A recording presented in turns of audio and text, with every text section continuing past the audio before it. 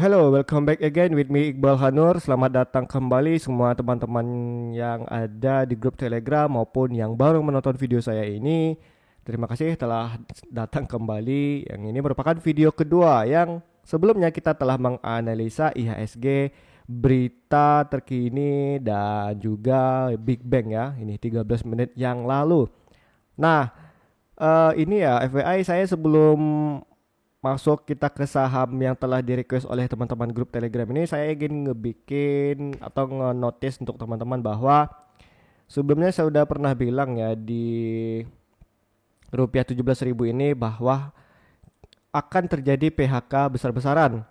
Nah ya, PHK besar-besaran. Jadi teman-teman itu perlu aware lah. Jadi teman-teman yang sekarang lagi posisi dalam pekerjaan sulit, jangan dululah berhenti kerja ya sebelum benar ada skill atau pendapatan di luar pekerjaan sekarang yang bisa menalang hidupan ke depannya ya. Jadi ya tetap bertahanlah di tempat kerjanya. Karena di 1 Mei saya sudah bersikeras ya bilang ke teman-teman yang ada di grup Telegram ya tanggal 1 Mei sama Pak Juhandi kalau jadi besok kalau kita lihat fenomena pengangguran di mana-mana jangan terkejut lagi. And then ya, sekarang ini waktu saya ngebuka Instagram ini keluar lagi berita ini di Bloomberg Technos situasi terburuk Nissan bakal PHK 11.000 karyawan ya. Terus juga ini Panasonic juga mendadak PHK massal 10.000 karyawan dari bisnis. Nah, jadi ya perlu diperhatikan lagi lah ya. Jadi teman-teman dengan kondisi ekonomi sekarang lagi sulit, teman-teman jadi bisa lebih notice dan kita bakal menghadapi era terbaru nih, new crisis. Teman-teman bisa ngebaca ini di highlight Instagram saya. Nah, oke. Jadi sebelumnya kemarin kan kita udah ngebikin nih video yang ini 3 hari yang lalu di hari Jumat. IHSG, Antam, Hill, ESA, MSIN sama Telkom. Lalu ini merupakan video kelanjutannya yaitu ada saham BRPT, Brand, PNLF, AHAP, dan juga ASI. Yang sekarang akan kita bahas dan langsung kita gas eksekusi bagaimana pergerakan sahamnya. Nah, oke, langsung aja ke saham yang pertama yaitu ada BRPT ditutup imbang ya.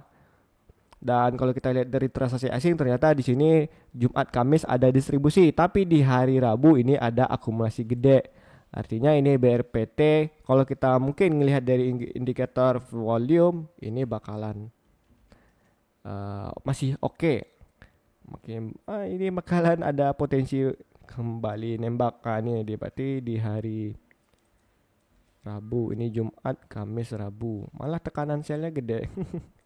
Nah, BRPT ini kan udah kita bikin sebelumnya ya di 810 hingga ini nyentuhnya di 815 hanya beda 5 poin saja.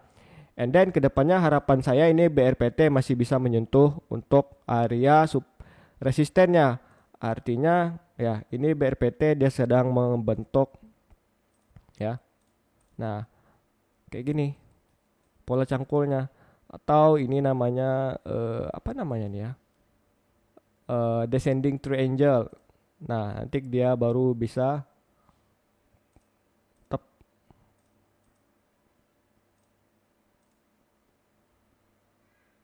Nah, kayak gini lah. Harapan kita BRPT ke depan seperti ini.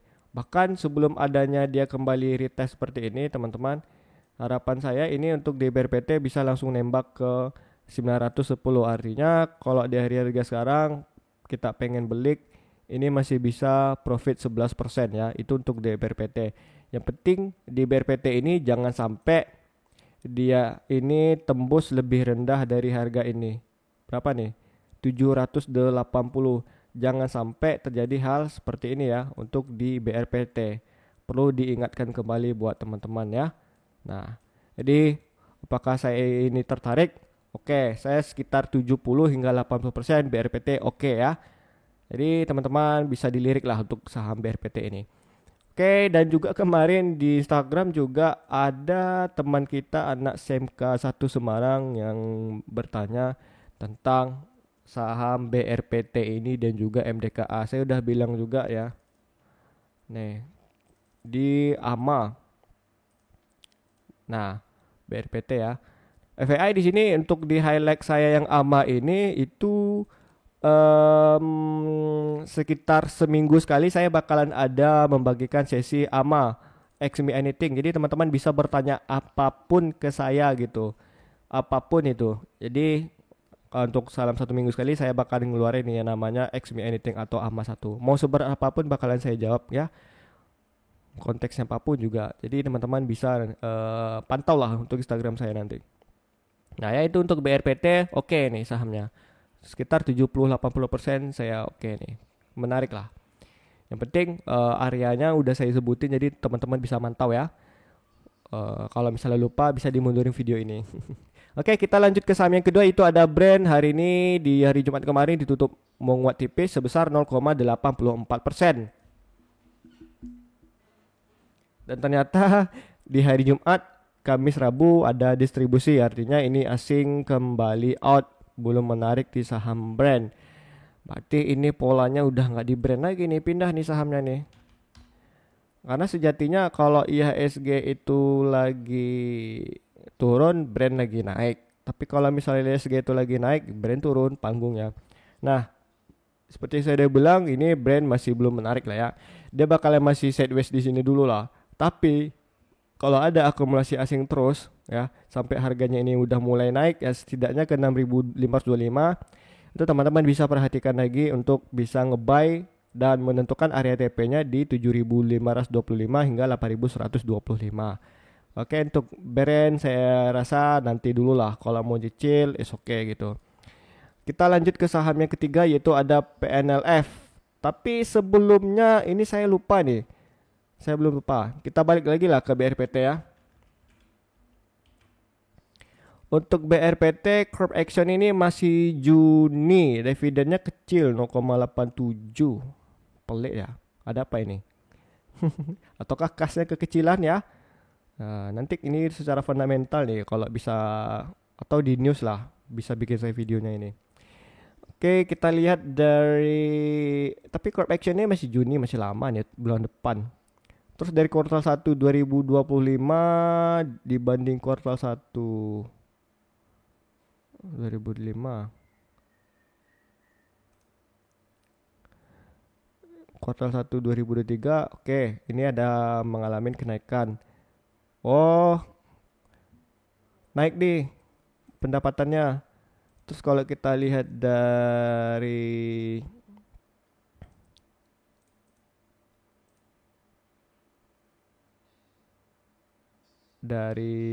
market cap juga ini dah blue chip ya, masuk 76 triliun. Terus kalau kita lihat dari balance sheet ya, oke, hutangnya tidak terlalu gede ya, tapi ekuitasnya juga besar nih. Nah,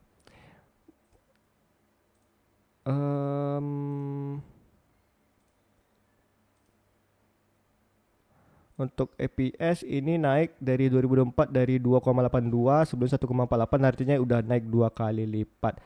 Artinya is okay untuk BRPT, benar menarik. Saya naikin ratingnya ke 90 lah BRPT ya. Oke, kita lanjut ke Brand tadi ya. Brand EPS-nya naik, bagus. Nih, bagus nih. Terus dari pendapatan dia di kuartal 1 naik nih tipis walaupun hanya sekitar 200 miliar ya. Bagus nih, nice. Terus kalau kita dari Corp Action dia masih RUPS 18 Juni bulan depan, masih lama nih. Di Brand dengan kenaikannya artinya ini ada sisi positif. Jadi teman-teman mungkin bisa ikut akumulasi ya. Oke, tadi di PNLF ini terkoreksi gede ya sebesar 14,44%. Kalau kita lihat dari transaksi asing, anjay, 118% ya distribusi oleh asing ini. Oke lah, kita cek nih. Ini PNLF ada apa dia? Ada apa? Kok bisa didistribusi gede nih? Kayaknya teman-teman kita nih lagi kena banting ya. Saham-saham paning kayaknya udah. RUPS masih lama Juni. Apakah ini pendapatannya turun? Kita lihat di sini naik EPS-nya. Terus dari income statement juga kita lihat ini di 2024 turun ya guys, pantasan ya. EPS naik tipis sedangkan total pendapatan turun, artinya ya laba bersih naik lah ya tipis, cuman dari total laba pendapatan keseluruhannya ini turun ternyata ya. Berarti ini sekitar 600 hingga ke 100, sekitar ada 500 miliar lah ini turun pendapatannya. Mungkin itu yang ngebikin PNLF dihajar jauh bantingannya. PNLF. Kita lihat dari chartnya. Wadidaw, wadidaw, wadidaw, wadidaw. Tapi perlu diingat ya, kalau udah securam ini ada momentum dia untuk kembali naik. Jadi teman-teman bisa perhatikan, nah tipis nih. Ini saya lebih suka nih nangkap pisau jatuh nih, karena pasti ada dia pembalikan kuatnya nih, strongnya nih. Ya penting dia jangan sampai jatuh di bawah 282 lah, atau masih bisa turun sekitar paling kuat 10% lah. Tapi ini kalau kembali lagi ke harga dulunya bisa ke 20%, artinya ini bisa 1:2. Nah, secara ini bisa nih ke sini nih 20%. Ini jangan sampai jauh turunnya dari sini, sekitar 8% lah atau 9%. Nah, ini untuk PNLF ya, nangkap pisau jatuh. Tapi do your research ya, saya nggak takutnya nanti lanjut turun jatuh, nanti malah saya yang disalahin. Tapi saya suka nih hal-hal yang kayak gini. Lihat lagi lah. Saya rasa ini bakalan ada kenaikan, tapi asing nih. Bukan asing, domestik yang bakalan ngebelik. Ya, itu untuk PNLF. Terus ya teman-teman semuanya, kalau kita tambahin indikator, saya yakin nih pasti udah mentok nih dari RSI-nya sama stokastiknya. Kita bikin nih stokastik. Nah, ini udah ada stokastik udah mentok, yang seharusnya besok di hari Rabu sedikit ada pantulan atau rebound ya. Terus tapi kalau dari RSI-nya ini masih belum terlalu oversold, kemungkinan ini masih bisa dibawa kembali turun ke 298. Mungkin dalam satu hari ke depan ini masih bisa dibawa untuk Rabu ini masih bisa ada pantulan lah sedikit nih ya. Bisa lah teman-teman tuh bisa manfaatin dikit aja. Saya rasa sekitar di sini oke nih. Di sini, atau kalau kita bikin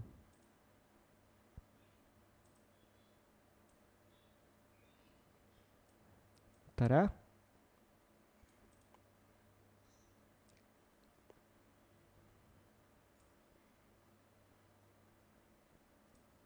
Nah kan deket ya. Tipis aja nih sih. Kita ngambilnya nggak bisa terlalu banyak lah. Palingan sampai di sini lah. 1 untuk PNLF. Kalau ini berani ya teman-teman ngambil ya. Saya nggak jamin ini bakalan profit ya. Tapi kalau saya palingan ambil tapi dalam lot yang kecil lah. Ya. Untuk PNLF ini bisa teman-teman profit sekitar kalau ngambil nih 5% hingga 9%. Nah ini sih paling aman ya. Semoga PNLF besok di hari Rabu ini bisa rebound lah. 5% is oke nih untuk day trading aja lah. Nanti pakai aja ini risk and rewardnya itu 1:1. Nah ini sekitar 5%. Nah di sini bisa di 308. Terus profitnya kita turin lah 1:1.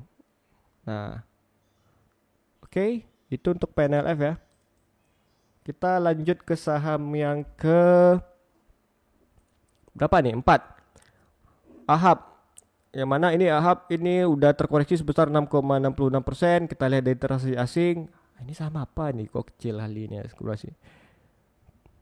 Jangan ini bilang, saya pun baru dengar nih. Pasti ini saham gorengan nih. Saya ada juga teman-teman suka saham gorengannya di grup saya ini. Kita lihat AHAB market cap 358 miliar. Sangat-sangat gorengan ya. FYI ya, saham-saham blue chip itu di atas 50 triliun market capnya. Yang di atas 1 triliun sampai 50 triliun itu second liner atau lapis kedua, dan yang disebut gorengan atau lapis ketiga ya third liner itu di 1 triliun ke bawah seperti saham AHAP. Siapa yang request AHAP nih? Nyangkutkah kamu? Kenapa kamu masuk di AHAP ini? Pengen cepat kaya atau kejebak di grup-grup besar yang pengen mereka itu cabut kalian masuk? Gimana nih, gimana? Ya, lebih baik saya nyangkut di BRI daripada saya profit di AHAP nih. Karena ngapa? Bisa jadi 100% tiba-tiba atau 50% uang saya hilang di AHAP ini. Nah, oke, ini RUPS masih 21 April. Tapi nggak jelas nih kapan dividennya. Namanya perusahaan gorengannya. Terus kalau kita lihat dari sini kuartal 1 naik nih tipis, hanya sekitar 6 miliar nih kenaikannya. Untuk EPS masih minus ya, walaupun ini ada sedikit pengurangan. Perusahaan minus nih, beli nih apa nih, siapa nih? Nyangkutkah nanti nih, siapa nih request nih? Nyangkutkah teman-temanku yang di Telegram? Siapa nih request AHAP nih? Ya, lanjut. Kita lihat kondisi AHAP. AHAP. Kalau udah seperti ini. Ini udah fase downtrend panjang nih. Nah, palingan dia masih bisa melanjutkan penurunannya kembali lah ini. Nah, ini udah merupakan area resistennya. Kalau ini nggak bisa di break secara kuat nih, ya ini bakalan bisa lanjut jatuh nih, ya. Tep, tep, tep. Nah, ini sedang menguji coba nih. Hati-hati. Ini AHAP bisa potensialnya dia masih lanjutkan penurunannya. Karena kalau dia udah nggak kuat nih bertahan di area resisten, dia masih bisa kembali melanjutkan penurunannya di harga 54. Selamat nyangkut ya di saham AHAP. Ya, selamat nyangkut. Ngapain kamu beli nih saham-saham gorengan nih? Kalau saya di grup Telegram paling anti nih saham gorengan nih. Setidak minimal 5 triliun oke lah. Ya. Kalau potensialnya dia bisa lanjut ke atas, saya nggak tahu lah. Karena misalnya ada teman ini bisa nih bang lanjut ke naik lagi, ya suka kamu lah. Saya nggak suka nih saham-saham kayak gini ya. Nah, semoga aja harapan kamu ini bisa kembali naik ke 122 ya, kemungkinan dengan kondisi ya pendapatan yang sedikit kenaikannya, tapi EPS masih minus karena kebanyakan lembar sahamnya dibandingkan pendapatan bersihnya. Artinya buat apa nih? Ini juga nih udah dari tahun berapa nih segini-segini aja harganya. Oke lah. Kalau saya FNLF dihindari lah. Even dia naik pun ke sini saya nggak peduli nih. Karena dia ini saham gorengan ya. Oke, berarti ini ke saham yang keempat, kita ke terakhir itu saham ASI, saham kecintaannya Bapak Joandi. Bapak Joandi, mana Bapak Joandi nih?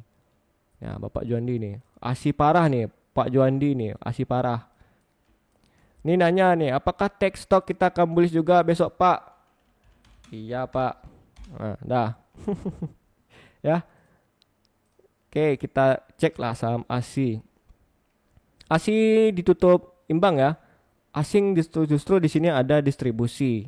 Berarti di sini ASI ini masih sideways nih ASI ini setahu saya. Nah, ya kan? Terus kalau kita lihat kembali datanya ASI crop actionnya Kumdet tanggal 20 Mei. Masuk kita nanti 20 Mei nih. Ex-date.